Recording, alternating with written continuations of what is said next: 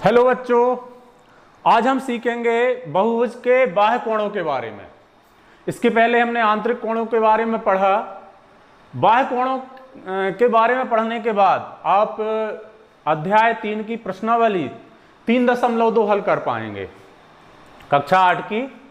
तो सबसे पहला तो आपको एक लाइन याद रखना है, किसी बहुभुज के सभी बाह्य कोणों का योग हमेशा 360 अंश होता है। हमने बहुभुज पढ़ा, बहुभुज 3 भुजाओं का होता है, 4 भुजाओं का, 3 भुजाओं का त्रिभुज कहलाता है, 4 भुजाओं का चतुर्भुज, 5 भुजाओं का पंचभुज, 6 भुजाओं का षष्ठभुज, 7 भुजाओं का सप्तभुज। इस प्रकार से भुजाएं कितनी भी हो सकती हैं। तो भुजाएं कितनी भी हों, कितनी भी भुजाओं का बहुभुज हो, उनके बाह्य कोणों का योग हमेशा 360 अंश होता है। ये फैक्ट है। और इस तथ्य के बारे में प्रतियोगिता परीक्षाओं में भी, प्रतियोगी परीक्षाओं में भी प्रश्न पूछे जाते हैं। तो हम सबसे पहले समझते हैं बहुभुज के बाह्य कोण क्या होते हैं। बाह्य कोण क्या होता है? तो सबसे कम भुजाओं का बहुभुज क्या होता है? त्रिभुज। सबसे पहले हम त्रिभुज ले लें।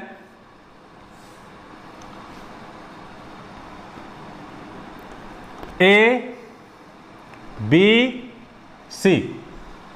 अब देखिए, हमने पहले पढ़ा है जो अंदर के कोण हैं वो आंतरिक कोण कहलाते हैं। जो अंदर कोण बने हैं वो क्या कहलाते हैं? आंतरिक कोण। अब बाह्य कोण कहां के कहलाएंगे? तो हम क्या करेंगे, जो रेखाखंड ए बी है इसको आगे बढ़ा देंगे। तो ये जो 7 का आसन रेखाखंड है BC, तो BC और AB जो रेखा बढ़ाई है किरण, उसके बीच जो कोण बनता है ये बाह्य कोण कहलाता है। कोण 1 नाम दे दिया हमने। अब हम BC को बढ़ा देंगे तो ये AC रेखाखंड, इसके जो आसन है इस किरण के, तो ये जो कोण कहलाएगा ये बाह्य कोण कहलाएगा। इसको भी बढ़ा दीजिए तो ये कोण 3, ये भी बाह्य कोण कहलाएगा। हमने देखा है, हमने एक क्रम से रेखाखंड को बढ़ाए हैं। BC को इधर AB को बढ़ा दिया, फिर इधर BC को बढ़ा दिया, फिर इधर CA को बढ़ा दिया। तो ये ही बाह्य कोण है। त्रिभुज में 3 भुजाएं होती हैं, इसलिए 3 बाह्य कोण। ठीक है। अब इन तीनों कोणों का योग, कोण 1, कोण 2, कोण 3, 360 अंश होगा। कैसे होगा वो अभी हम देखेंगे।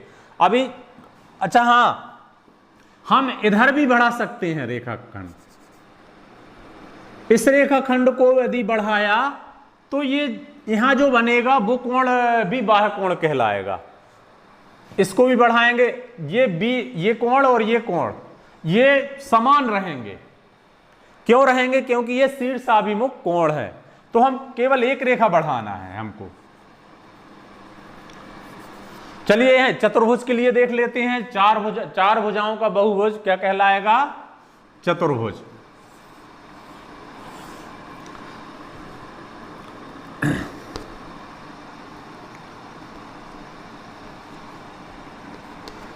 अब इसको AB को बढ़ा दीजिए,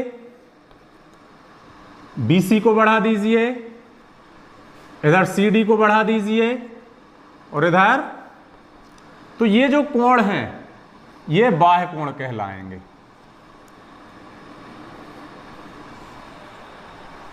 कोण 1, कोण 2, कोण 3, कोण 4, तो ये बाह्य कोण है। पंचभुज बना लीजिए।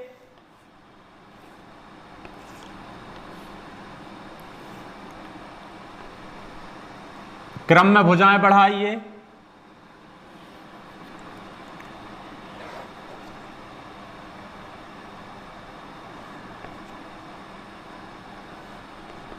तो ये जो कोण हैं ये बाह्य कोण कहलाएंगे।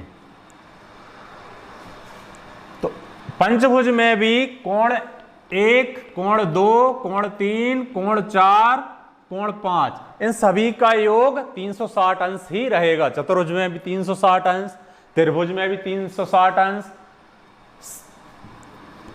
6 भुजाओं का बहुभुज बना लीजिए। तो यहां भी भुजाएं बढ़ा दीजिए।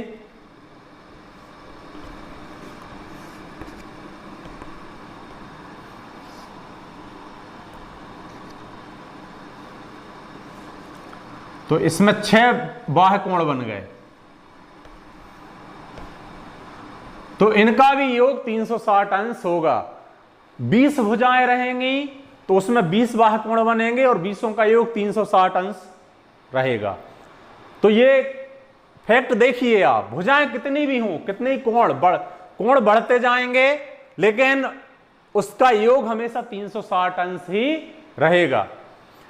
और वो कोण यदि कोण बढ़ते जाएंगे और योग केवल 360 अंश रहेगा, इसका मतलब कोण क्या है, छोटे होते जाएंगे।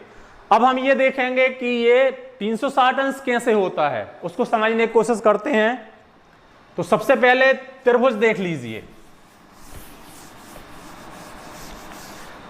त्रिभुज में आप देख रहे हैं, ये जो हमने ए बी रेखा को बढ़ाया है, तो ये एक रेखा है और ये जो कोण, दो कोण का युग्म बन रहा है, देखिए ये सीधी रेखा पे बन रहा है, मतलब ये संपूरक कोण है, मतलब इन दोनों कोणों का योग, मतलब ये आंतरिक कोण और बाह्य कोण का योग कितना होगा, 180 अंश।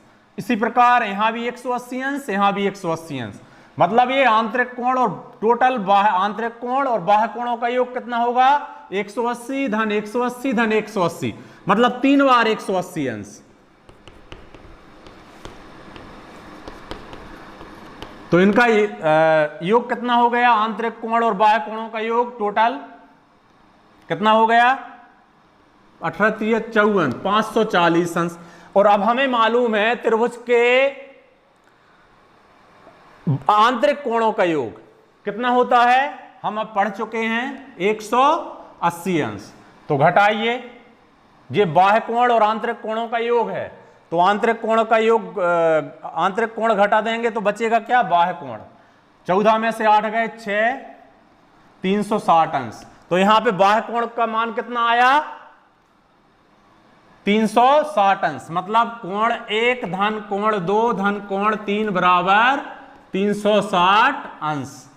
अब यहां चतुर्भुज में देख लीजिए, यहां पे देखिए, यहां पे भी संपूरक कोण बन रहे हैं, 4 भुजाएं हैं, तो ये ऋजु कोण देखिए, ये दोनों योग में 180 अंश रहेगा, इसका योग भी 180 अंश, इसका योग भी 180 अंश, क्योंकि ये संपूरक कोण है, एक रेखा पे बन रहे हैं।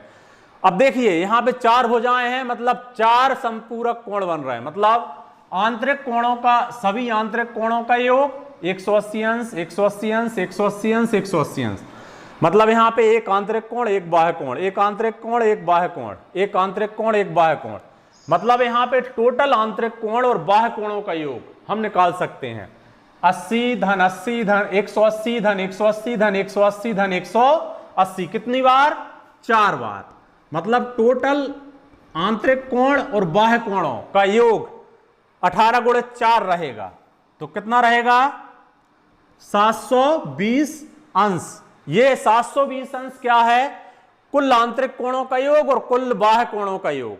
अब इसमें हम आंतरिक कोण घटा दें तो कुल बाह्य कोणों का योग आ जाएगा। तो हमें मालूम है, इसके पहले हम पढ़ चुके हैं, चतुर्भुज के आंतरिक कोणों का योग कितना होता है, 360 अंश। तो इसमें से घटा दीजिए,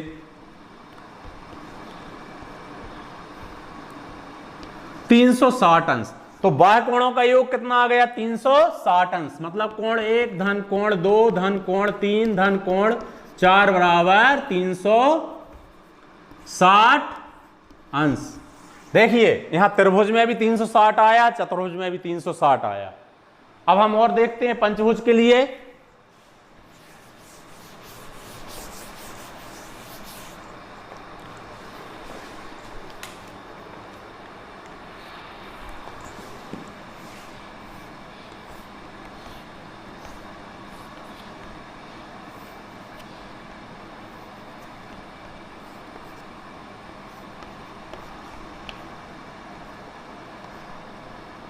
देखिए उसी प्रकार यहां भी ये एक सरल रेखा है, सीधी रेखा, रेखाखंड सीधी जा रही है, तो ये युग्म में भी संपूरक होगा, ये युग्म भी संपूरक, ये युग्म भी, दोनों का योग 180 अंश होगा, इसका भी 180 अंश, इसका भी 100, मतलब यहां पे सभी आंतरिक कोण और बाह्य कोणों का योग 80 180 धन 180 अंश धन 180 अंश, मतलब 5 बार 180 अंश, 5 भुजाएं हैं तो 5 बार 180 अंश।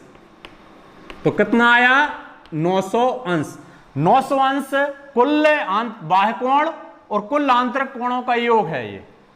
तो अब हमें मालूम है, इसके पहले हमने निकाला था कि 100 आंतरिक पंचभुज के आंतरिक कोणों का योग कितना होता है 540। कैसे, वो हमने एक सूत्र बताया था n-2 गुणित 180 अंश। अब यहां पे n-2 n कितनी है 5 ऋण 2 गुणित 180 अंश, 3 गुणित 180 अंश, 18×3 = 500 अंश। तो इस प्रकार से हम आंतरिक कोण निकाल सकते हैं। तो ये 540 अंश आंतरिक कोण आया। तो ये आंतरिक कोण और बाह्य कोणों का योग है 900 अंश। तो इसमें से आंतरिक कोण घटा देंगे 540, तो कितना बचा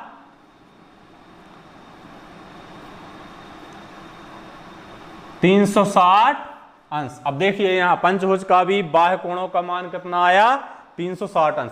तो ऐसे ही हम कितनी भी भुजाओं का बाह्य कोणों का योग निकालेंगे 360 अंश ही आएगा। मतलब हमेशा, अब एक फैक्ट यहां क्लियर हो गया है, कोई भी बहुभुज हो, कितनी भी भुजाओं का हो, उसके बाह्य कोणों का योग 360 अंश होता है। और यदि वो सम बहुभुज है, सम बहुभुज हम समझ चुके हैं, सम का अर्थ होता समान, मतलब यदि सभी भुजाएं समान हैं तो सभी बाह्य कोण भी समान होंगे। तो हम एक बाह्य कोण भी उससे निकाल सकते हैं। अब कैसे निकालेंगे वो हम देखते हैं।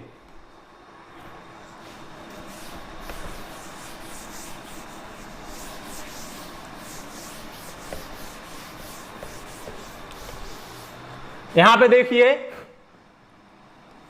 यदि ये सम बहुभुज है, 3 भुजाओं का, मतलब समबाहु त्रिभुज है,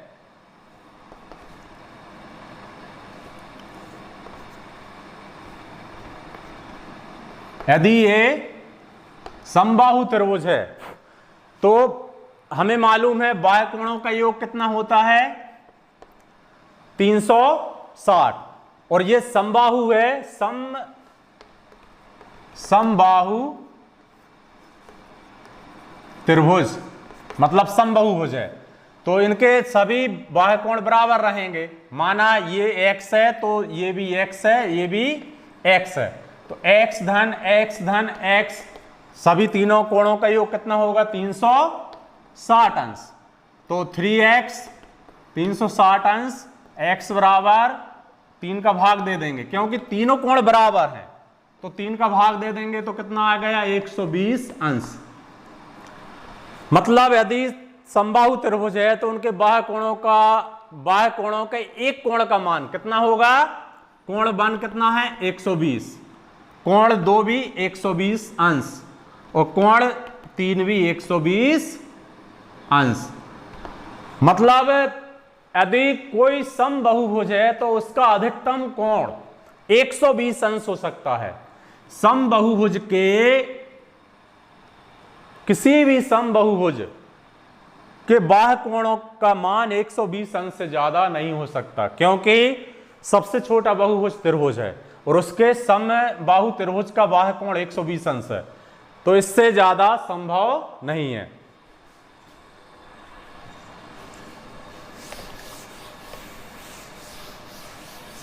इसी प्रकार चतुर्भुज का निकाल के देख लीजिए। अब हमें मालूम है कि एक समबाहुभुज है 4 भुजाओं वाला, मतलब क्या है वर्ग। तो वर्ग का एक बाह्य कोण कितना होगा, हमें मालूम है कि सभी बाह्य कोणों का योग कितना होगा। जैसे एक समबाहुभुज है,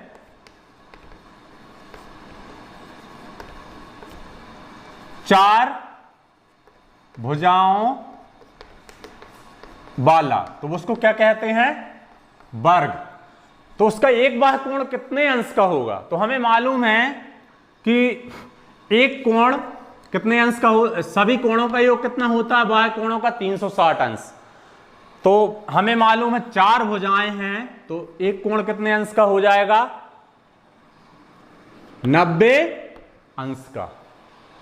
ये प्रश्नावली में इस टाइप के प्रश्न आपको हल करना है। यदि कोई समबाहुभुज है और उसका यदि एक कोण दिया है तो हम भुजाओं की संख्या भी निकाल सकते हैं। जैसे मान लो एक समबाहुभुज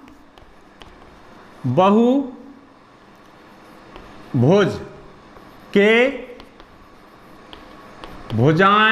भुजाओं की संख्या ज्ञात कीजिए जिसका एक कोण 45 अंश हो। अब हमें मालूम है समबाहुभुज है तो सभी कोण बाह्य कोण कैसे, जिसका एक कोण, यहां पे बाह्य कोण है, ये बाह्य कोण, एक बाह्य कोण कितने अंश का हो, 45 अंश का। हमें मालूम है कि सभी समबाहुभुज है तो सभी कोण कैसे रहेंगे, बराबर। कैसे रहेंगे, बराबर। और भुजाओं की संख्या कैसे निकालेंगे हम, भुजाओं की संख्या, तो हमें मालूम है कोणों की संख्या भुजाओं की संख्या बराबर होती है। जितनी भुजाएं होती हैं उतने कोण होते हैं, ये तथ्य हमने देखा था। तो हमें मालूम है 360 अंश कुल बाह्य कोणों का योग कितना होता है, 360 अंश। यदि एक कोण 45 अंश का है तो 45 से भाग दे देंगे तो यहां पे भुजाओं की संख्या निकल आएगी। तो कैसे दें तो यहां पे कितना आ गया हमारा, 8 भुजाएं। तो 8 भुजाएं, यदि किसी समबाहुभुज का एक बाह्य कोण 45 अंश का हो तो उसकी भुजाएं कितनी होंगी, 8। ठीक है। यदि मान लो भुजाओं की संख्या दी गई हो, यह प्रश्न आपको हल करना है 3.2 में।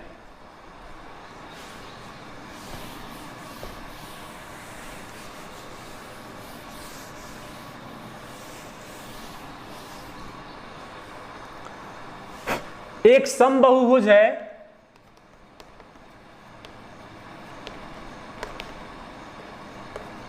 जिसमें भुजाओं की संख्या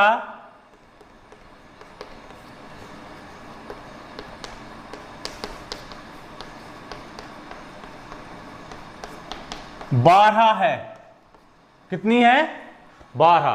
तो समबाहुभुज का एक बाह्य कोण का मान ज्ञात कीजिए। तो हम कैसे करेंगे, हमें मालूम है कि समबाहुभुज के सभी कोणों का मान कितना होता है, 360 अंश। तो हमें एक कोण का मान मतलब 12 कोण रहेंगे, 12 भुजाएं हैं मतलब कोण भी 12 रहेंगे। तो 12 से भाग दे देंगे तो यहां पे एक कोण का मान, एक बाह्य कोण का मान निकल आएगा। ठीक है। कैसे,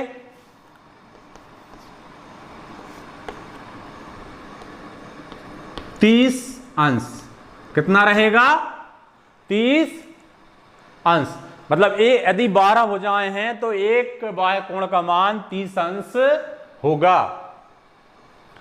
अब यहां पे इस टाइप के प्रश्न भी आएंगे, एक कोण दिया रहेगा। जैसे मान लो एक कोण है, बाह्य कोण का मान लो 23 अंश है। तो क्या 23 अंश वाले बाह्य कोण समबाहुभुज संभव है?